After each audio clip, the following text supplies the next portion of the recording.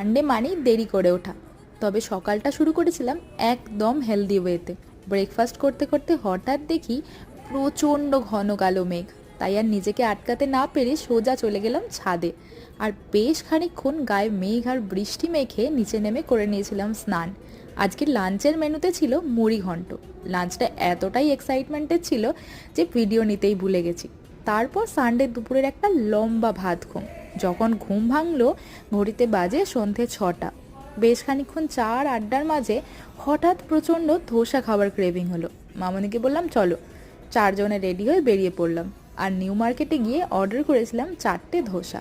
তার মধ্যে আমার এই মাশরুম ধোসাটা ছিল ইয়াব বড়। ডিনারটা সেরে বেশ কিছু টুকটাক কেনাকাটা করে বাড়ি ফেরার সময় নিয়ে এসেছিলাম একটা আইসক্রিম। আর এইভাবেই একটা রিল্যাক্সিং সিম্পল সানডে কাটালাম।